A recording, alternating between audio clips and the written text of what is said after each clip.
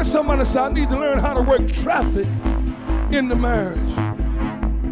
The word traffic means to communicate. Communicate means to exchange information. The word communicate means to make known.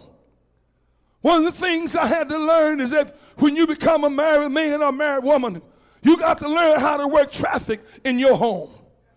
What I mean by traffic, you got to know when to yield. Now, the yellow sign means yield, means to receive and cautious, but also the yellow sign means yield to the right of way. How many ever been driving and all of a sudden there was a flashing light, or you was getting ready to get up on the interstate here, and they had a little sign there as you went to get on there say yield? That means that if anything is coming, whatever's coming, they have the right of way. You got to back it up and just hold up and let them come on through. Come on, am I right?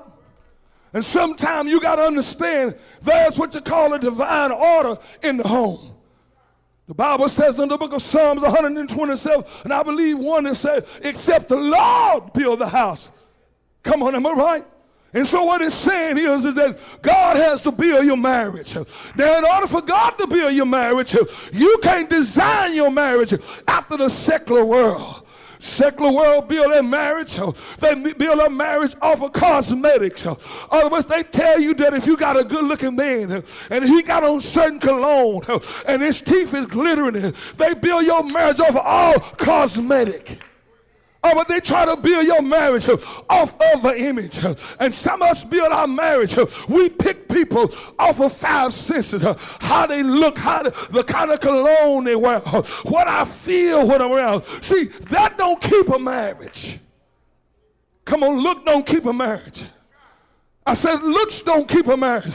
The first thing Paul tells us, he said that if you're going to get married, you got to learn how to please your wife. You got to learn how to take care of your husband. See, many times we get married, but we still got some single stuff in us. Come on, you listen to me. I'm going to take you to the book of Deuteronomy, and the Bible teaches you that when you become married, it tells you that for a whole year, you need to work with your mate. Come on, how many hear me? See, the thing you got to understand is that when you first get married, it's work in progress. Come on. The Bible says you're no more twain, but you're one. But you got to learn how to negotiate. Look at your spouse and say, we got to negotiate. Come on, how many hear me? See, one thing about marriage, marriage is it's not a contract, but it's a covenant. Because, see, in a contract, they got clauses where I can get out of it. You ever seen them fine print? If you keep digging in a contract, you can find a loophole. You can find some kind of way to get out of that thing.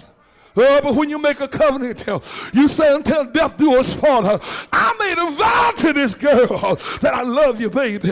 In sickness, in health, in rich and poor, whatever the situation, I had what you call an agape condition, unconditional love. That's what a marriage is. It's unconditional. Sometime when it's work in progress. Now, when you first get married, you got to learn how to not be selfish.